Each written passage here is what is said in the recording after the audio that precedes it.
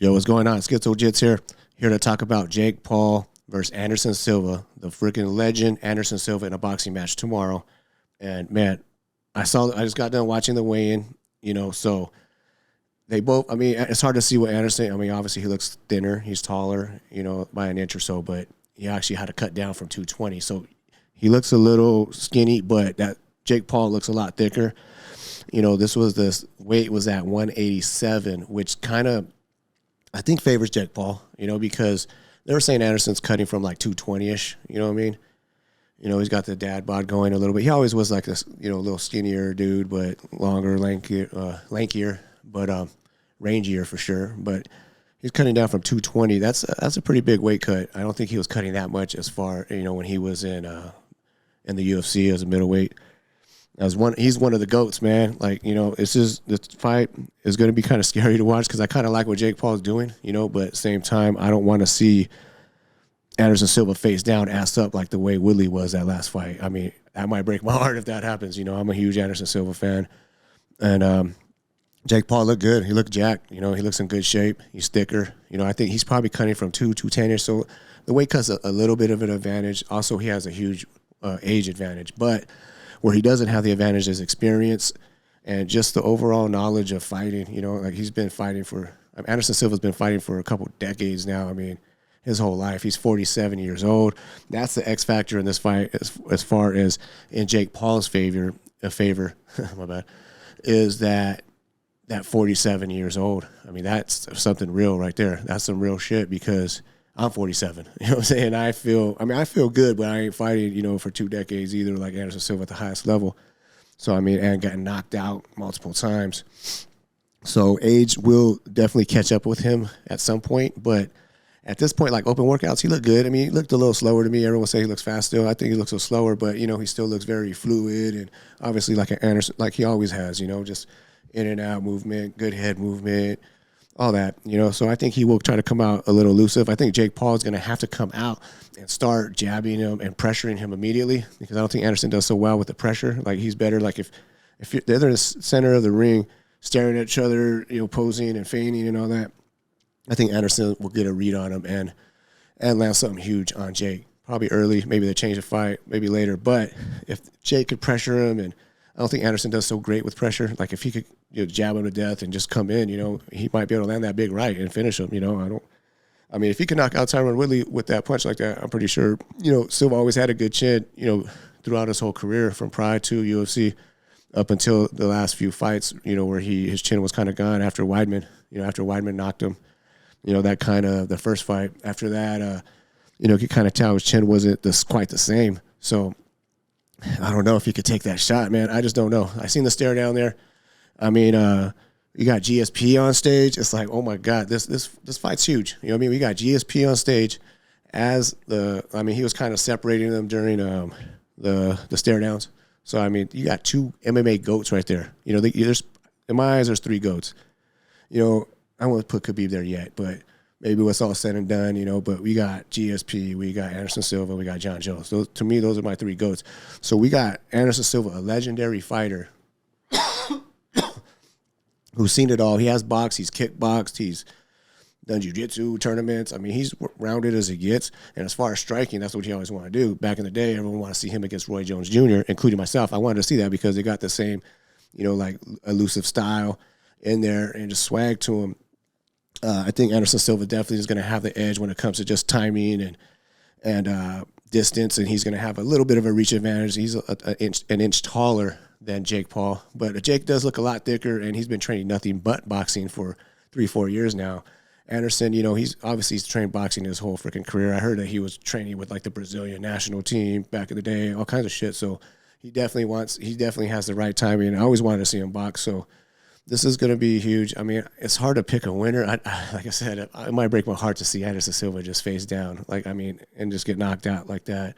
So hopefully that doesn't happen. I think if it goes decision, it kind of depends because Anderson's not always the busiest fighter. You know what I mean? Like look at him and Nick Diaz when they fought.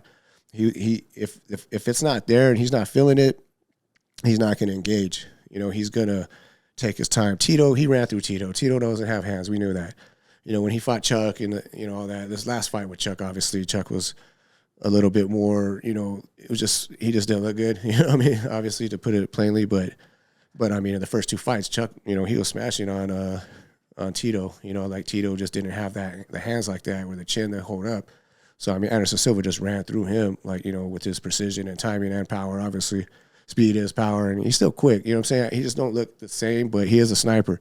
So if he can get to the fight and the range he wants, and kind of get Jake Paul to fall into his game, where he's just kind of lulling him to sleep, he might lull him right into one of his left counters. He can't throw kicks here, so like sorry, I'm a little under the weather, but the show must go on, and I'm excited. I got to make a quick video about this fight, so that's why I'm wearing the hat too, try to cover up some of my face and my clamminess. I didn't go to work today, so wasn't feeling too great, but at the same time, we got this fight. I mean, and on the other card, we got Uriah Hall, who just recently retired out of the UFC, fighting Le'Veon Bell.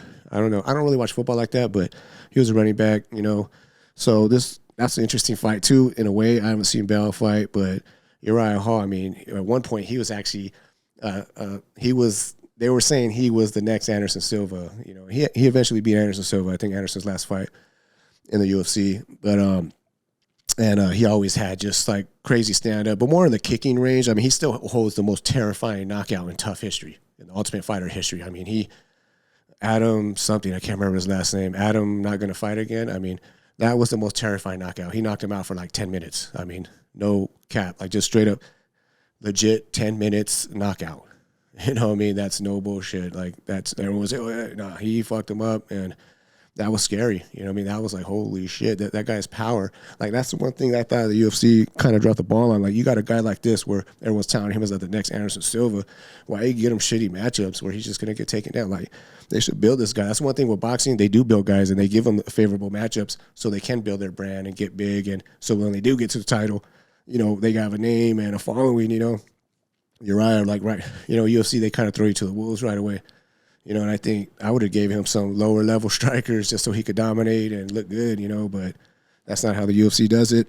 Not all the time anyway, not for everybody. He's not the most outspoken person. He's a lot of humble and all that. So, like being fucking abrasive or brash, that kind of sells more than his personality. But his fighting speaks for itself. But like I said, he's more of a kicker. So I don't really know. I haven't seen Bell fight, so I don't really know. I don't know how it's going to go. I would just imagine that Uriah Hall, most of his game was stand-up, or is stand-up. So I figure he's how to do some boxing in there, and it'd probably be an easier transition for him than Bao, who's just juking people and running the football. I mean, definitely crazy athletes to be in the NFL, but can you take a punch like someone from like a seasoned veteran like Uriah Hall? I mean, the guy's had so much experience in fighting and the timing and just power. He definitely has power, and that's the last thing to go. So, I guess I'm going to pick Uriah Hall for sure on that fight. Then we got one of Nate Diaz's boys. I can't think of his fucking name right now. He came up all like the way Nate Diaz does on his stare downs. All those guys always kind of be the same, but that's an interesting one because Nate was there. He had the perfect timing right when Jake Paul was mentioning his name or something like that on the promo. He's walking by in the front row, and he's just like, doing typical Nate, just flipping him off like, yeah, fuck the screen, like, fuck you, Jake. But is Nate Diaz next for the winner?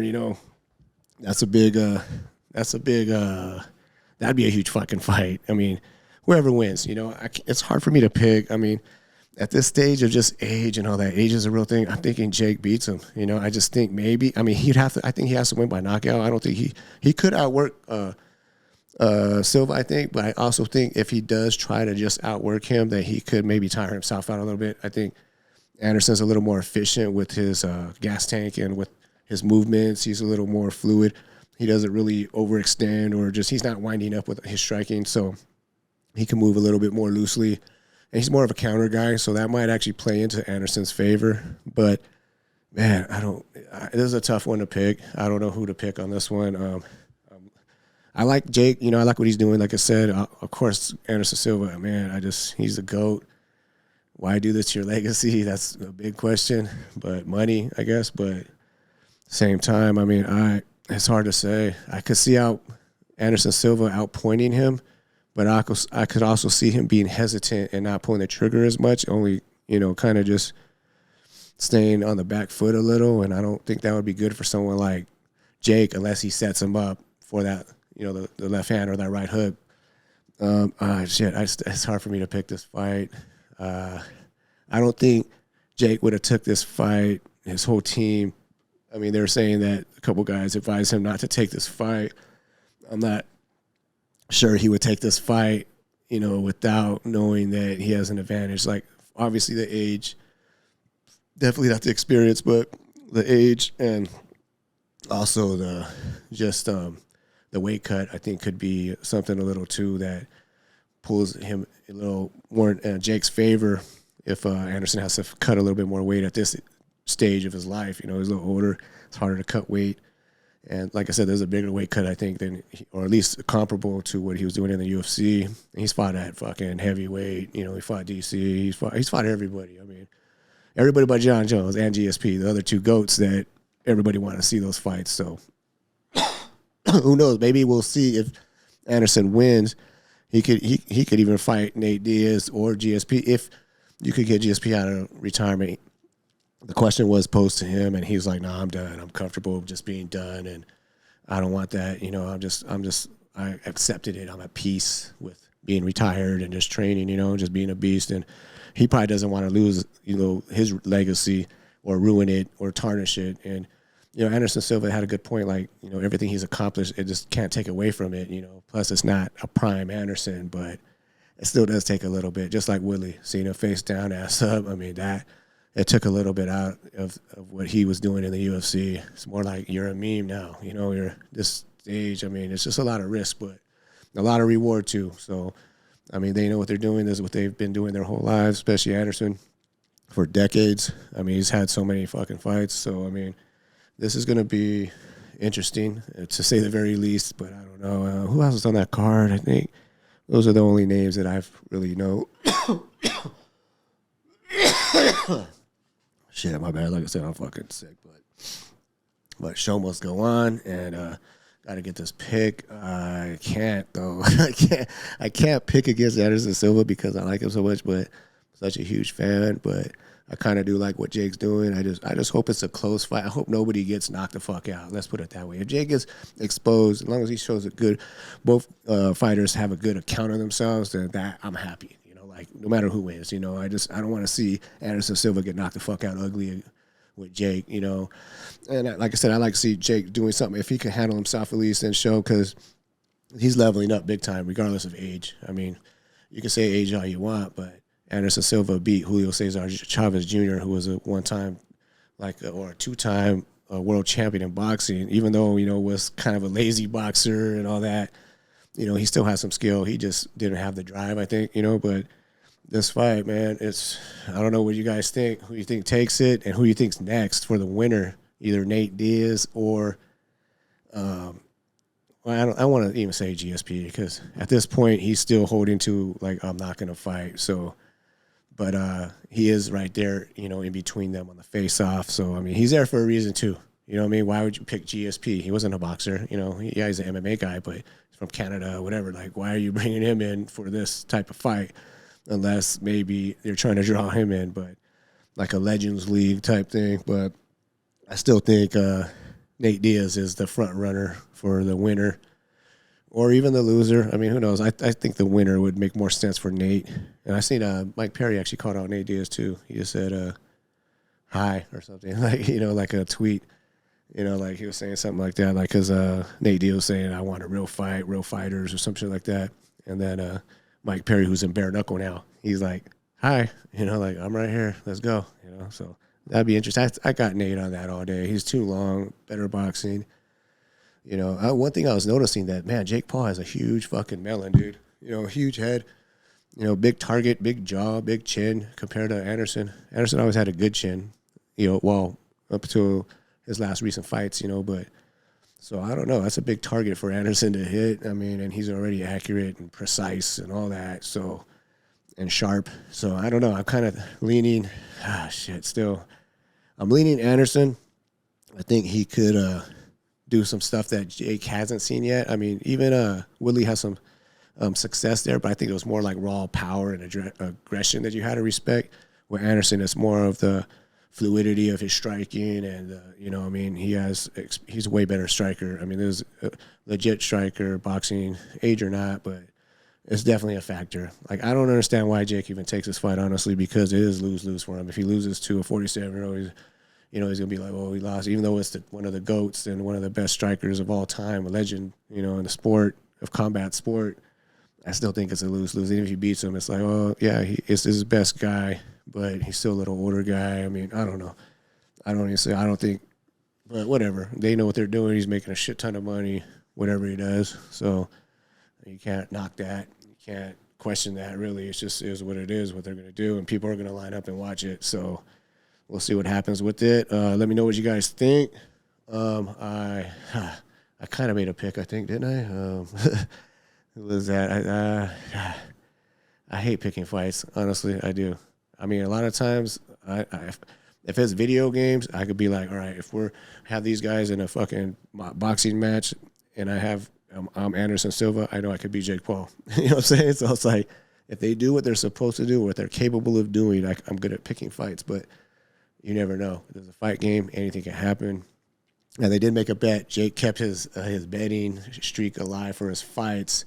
If Jake wins, they're going to try and do a fighters union type of thing or put something together. I don't know if it's for the UFC or for what, but to get fighters just better pay and just, retirement, stuff like that. And if Anderson wins, they're going to kickbox, a rematch in a kickboxing match where I don't see Jake even hanging with that. I know he has been training a little bit MMA and doing some kicking and all that, but I mean, you got your decades behind Anderson Silva, who's one of the best strikers of all time, So, yeah, that would be interesting. That would not even be fun to watch. So, I mean, it might be. It could be a train wreck where Anderson could just fucking smash. I mean, I don't know, get his revenge. Actually, if Anderson wins, they're fighting. So, kickboxing. So, yeah, I don't know, man. Like I said, I'm leaning Anderson. I want him to win, but I don't know, man. Jake has that equalizer. He has a right hand. If he can knock out Tyron like that, Tyron always was known for a good-ass chin. No one really just knocked him like that. I mean, there was a couple fights, in the UFC where he got rocked and finished and stuff like that, but not, I think it was Nate Marquardt that just uppercutted the fuck out of him, like up against the cage. But that was a while back. That was like in Strikeforce, I think. It might have been UFC. I think it was Strikeforce. So, and no one actually has knocked him like that, and Jake Paul was able to put him to sleep. So you got Logan Paul at the press conference, talking shit, kind of. I mean, they're respectful. I mean, these guys. I mean, you can't it's hard to shit talk somebody like Anderson because he's so fucking respectful and humble and all that, So I don't know. Let me know what you guys think. Who's next? Also, is it Nate? I got GSP. I just said that. Yeah, let me know what you guys think. Who's next? How this fight goes and plays out. I think, yeah, I mean, I'm going to watch, and then we also got UFC, but I'll talk about that maybe in another video. Yeah, all right, yeah. So you guys like, subscribe, Schizo Radio, Spotify, YouTube, and that's it. Oh, I'm also on Twitter, Schizo Jitsu. Always talking MMA on there. So, all right, that's and Instagram as well. Instagram, Twitter, Schizo Jitsu, Spotify, YouTube, Schizo Radio. So let's go.